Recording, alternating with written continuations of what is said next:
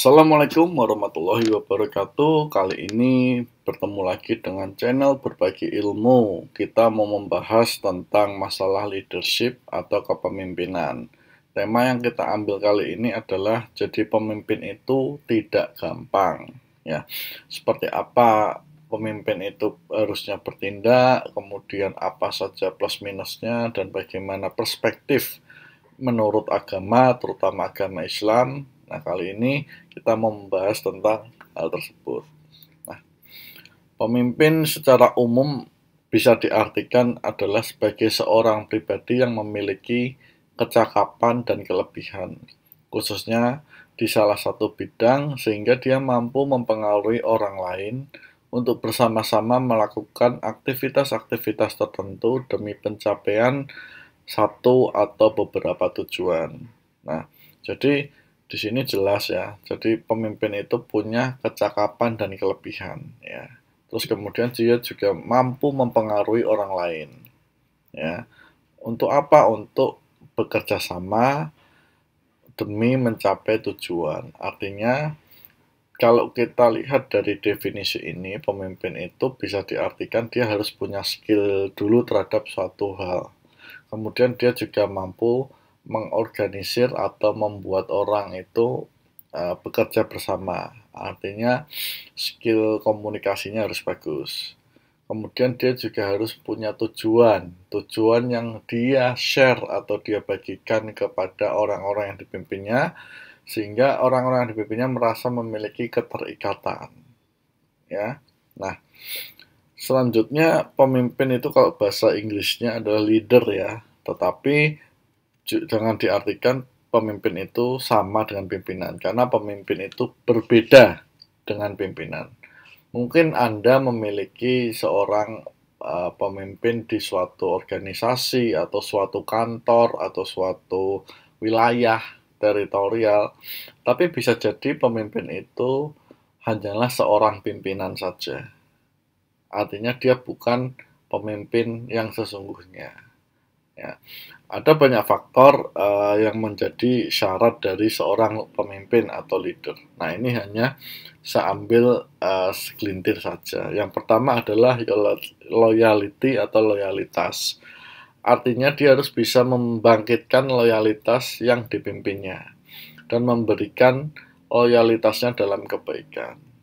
Yang kedua, edukasi atau educate, mampu mengedukasi yang dipimpinnya dan mewariskan know-how pada yang dipimpinnya. Artinya memimpin itu tidak hanya menyuruh, mengatur, memberi perintah, tetapi juga memberikan warisan yang baik, warisan yang membuat organisasi, unit, wilayah, atau apapun yang setelah dia tinggalkan itu menjadi lebih mudah. Jadi warisan yang benar-benar dirasakan kebaikan dan manfaatnya setelah dia tidak ada. Kemudian advice, dia mampu memberikan saran dan nasihat baik kepada yang dipimpinnya maupun kepada pihak lain. Kemudian disiplin, dia bisa memberikan keteladanan tentang kedisiplinan. Selain itu dia juga harus bisa memberikan contoh dalam menegakkan disiplin. Ya. Nah, minimal 4 ini harus ada lah dalam suatu organ yang dinamakan pemimpin itu. Ya. Nah, dalam Islam, nah kenapa saya ambil Islam, karena mohon maaf karena saya adalah orang Muslim, jadi saya perspektifnya hanya mengambil dari agama Islam. Ya, jadi saya tidak mengambil dari yang lain karena saya tidak mempunyai pengetahuan di sana. Nah, di Islam pemimpin itu besar sekali kedudukannya. Ya, ada beberapa hadis yang membahas atau mengulik tentang pemimpin itu seperti apa. Nah, ini salah satu contohnya. Abdurrahman bin Samurah radhiyallahu anhu berkata, Rasulullah telah bersabda kepada saya, "Ya Abdurrahman bin Samurah, jangan menuntut kedudukan dalam pemerintahan. Karena jika kau diserai jabatan tanpa minta, kau akan dibantu oleh Allah untuk melaksanakannya. Tetapi jika dapat jabatan itu karena permintaanmu, maka akan diserahkan ke atas bahumu atas kebijaksanaanmu sendiri." Dan apabila kau telah bersumpah untuk sesuatu, kemudian ternyata jika kau lakukan lainnya akan lebih baik, maka tebuslah sumpah itu dan kerjakan apa yang lebih baik. Nah, di sini mengandung makna bahwa seseorang itu, terutama dalam Islam itu, jangan meminta untuk menjadi pemimpin. Kenapa? Karena saking beratnya atau saking besarnya kedudukan itu sehingga tanggung jawabnya itu juga sangat besar. Tanggung jawab yang saya maksud di sini bukan hanya tanggung jawab di dunia, tetapi tanggung jawab ketika nanti hari penghakiman atau ketika nanti kita dihisap sebelum kita ditentukan masuk surga atau neraka. Nah, dalam konsep Islam, ketika kita diberikan kepercayaan untuk menjadi seorang pemimpin, maka ambillah kepercayaan itu dengan tujuan lillahi ta'ala. Artinya jangan mengambil kepercayaan itu karena hanya semata-mata kekuasaannya, hanya semata-mata karena uangnya, hanya semata-mata karena gengsinya, ya. Tetapi ambillah karena dengan tujuan untuk memperbaiki suatu kondisi, tentu dengan niat ikhlas dan lillahi ta'ala. Maka insya Allah itu akan dibantu oleh Allah. Tetapi jika kita yang mengemis-ngemis jabatan, kita meminta untuk naik jabatan, meminta untuk menjadi pemimpin, maka itu kita sendiri yang akan menanggung tanpa bantuan dari yang kuasa. Nah, begitu beratnya menjadi pemimpin ini sehingga orang kalau bisa ya tidak gila jabatan. Di sini mau diartikan seperti itu, ya. Nah, kemudian di sini juga disampaikan terkait sumpah, bahwa seorang pemimpin itu disumpah. Nah, jadi kalian yang saat ini menjadi pemimpin, jangan lupa sumpah kalian ketika kalian dibaiat atau diangkat. Ya, sumpah itu melekat seumur hidup sampai nanti hari penghabisan. Nah, selanjutnya ada juga hadis yang lain, yaitu Abdullah bin Amru bin Al-Sad radhiyallahu anhu berkata, Rasulullah SAW bersabda, sesungguhnya orang-orang yang berlaku adil kelak di sisi Allah ditempatkan di atas mimbar dari cahaya. Ialah mereka yang adil dalam hukum terhadap keluarga dan apa saja yang diserahkan atau dikuasakan kepada mereka. Ya, jadi ini adalah panduan untuk bersikap adil bagi siapa saja yang memegang amanah. Adil di sini tidak berarti harus sama, tapi adil itu harus melihat porsi dan perspektifnya. Ya, jadi perlakuan terhadap seseorang atau terhadap bawahan atau siapapun itu harus adil. Contoh ketika ada contoh simpelnya suatu kasus-kasus pelanggaran lah, banyak kita temukan lah ya, ada ketidakadilan perlakuan, ya.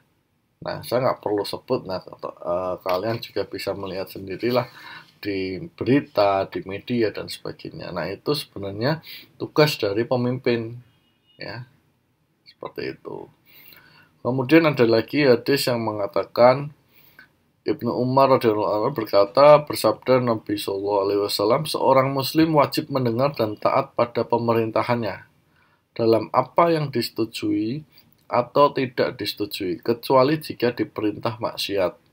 Maka apabila disuruh maksiat, maka tidak wajib mendengar dan tidak wajib taat. Nah, di sini ada informasi atau perintah bahwa kita tetap harus mendahulukan sendi-sendi agama. Artinya, ya pemimpin kita hormati, kita patuhi dan taat selama itu masih dalam koridor hal-hal yang memang secara norma adalah benar, baik itu norma hukum, norma agama, norma kesopanan, norma kesusilaan, ya. Tetapi jika sudah melenceng dari norma-norma itu, maka kita tidak ada kewajiban untuk mendengar atau taat. Mendengar aja nggak perlu, apalagi taat, ya. Nah, maka di sini kita sendiri harus bijak, harus pintar ya, memilih pemimpin. Jika kita disuruh melakukan sesuatu seperti manipulasi, seperti hal-hal kecurangan dalam tugas dan sebagainya, maka kita tidak wajib untuk mendengar itu, bahkan untuk taat pun juga tidak, ya. Jadi itu tidak ada dosa di kita. Tetapi ketika kita disuruh melakukan sesuatu yang memang itu perintah yang terkait dengan kebaikan, terkait dengan supaya tujuan yang lebih baik, terkait dengan kemanusiaan dan sebagainya, maka kita wajib mendengar dan taat, ya, seperti itu. Nah,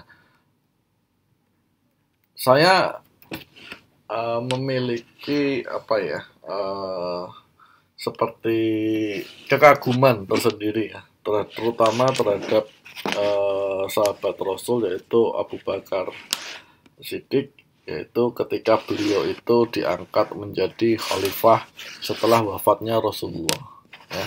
Awalnya beliau ini kan tidak mau untuk menjadi khalifah setelah wafatnya Rasul.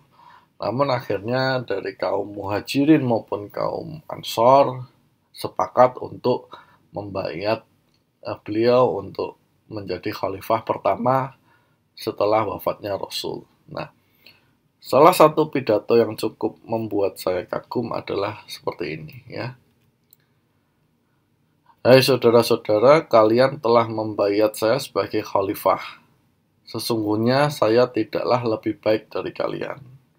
Oleh karenanya, apabila saya berbuat baik, maka tolong dan bantulah saya dalam kebaikan itu. Tetapi apabila saya berbuat kesalahan, maka nasihatilah saya.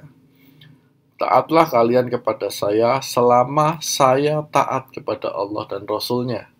Dan janganlah kalian mentaati saya apabila saya berbuat maksiat kepada Allah dan Rasul-Nya. Nah, ini menurut saya maknanya sangat dalam, ya. Satu, pertama, dia menganggap diri dia itu bukanlah apa-apa, karena memang sewajarnya kita ini tidak ada artinya sebenarnya di mata Allah, karena kita itu sangat kecil dan sangat gak berarti lah, ya. Artinya kita tidak boleh merasa lebih baik dari orang lain karena kita sudah menjadi seorang pemimpin atau seorang pejabat atau apapun. Nah, itu tidak boleh. Nah, jika dia berbuat baik, maka tolong dibantu, dan tapi jika dia berbuat salah, maka nasihatilah. Artinya dia membuka segala kritik dan saran, ya. Jadi segala kebijakan yang diambil selama dia memerintah, itu dia open aja. Artinya sebenarnya dia demokratis. Orang mau memberikan dia kritik atas, oh kamu kebijakanmu tidak mau nolong rakyat, seperti itu, ya dia terima, maka terima itu sebagai nasihat, ya. Tidak merasa paling benar, tidak merasa paling hebat, ya, seperti itu. Kemudian yang paling saya sukai adalah taatlah kalian kepada saya selama saya taat kepada Allah dan Rasul-Nya. Dan janganlah kalian menaati saya apabila saya berbuat maksiat pada Allah dan Rasul-Nya. Artinya di sini dia punya batasan yang clear dan sangat jelas. Kapan dia dianggap sebagai pemimpin dan tidak. Jadi dia berpedoman benar-benar pada ketaatan kepada Allah dan Rasul, itu yang paling diutamakan. Jadi ketika ada rakyatnya yang melihat jikalau Abu Bakar ini tidak taat atau berbuat maksiat kepada Allah dan Rasul, maka tidak perlu lagi kita menaati seorang pemimpin. Nah, ini bahasanya seperti itu. Nah, ini mudah-mudahan bisa memberi inspirasi, ya. Terus saya sendiri terus terang cukup mengagumi sosok Abu Bakar ini karena beliau yang sahabat Nabi, yang salah satu sahabat Nabi yang menurut riwayat itu dijamin masuk surga dan dijuluki sebagai orang yang jujur, ya. Mudah-mudahan apa yang menjadi atau apa yang telah dilakukan Abu Bakar maupun pemimpin seperti Rasul dan Khulafaur Rasyidin yang lain bisa memberikan inspirasi dan teladan bagi kita. Saat ini kan banyak sekali orang yang berlomba-lomba ingin menjadi pemimpin, berlomba-lomba ingin menjadi pejabat, meminta, saya ini sudah saatnya menjadi pejabat, saya ini sudah saatnya menjadi pemimpin, tanpa melihat makna sendiri apa itu pemimpin. Kalau pemimpin dia artikan sama dengan pimpinan, itu jelas dia salah kaprah dan sudah tidak layak menjadi pemimpin. Nah, mudah-mudahan apa yang kami sampaikan, apa yang saya sampaikan bisa memberikan wawasan atau insight. Kurang lebihnya pasti banyak kesalahan, saya mohon maaf. Kritik dan saran saya terima di kolom komentar. Terima kasih sudah menonton. Assalamualaikum warahmatullahi wabarakatuh.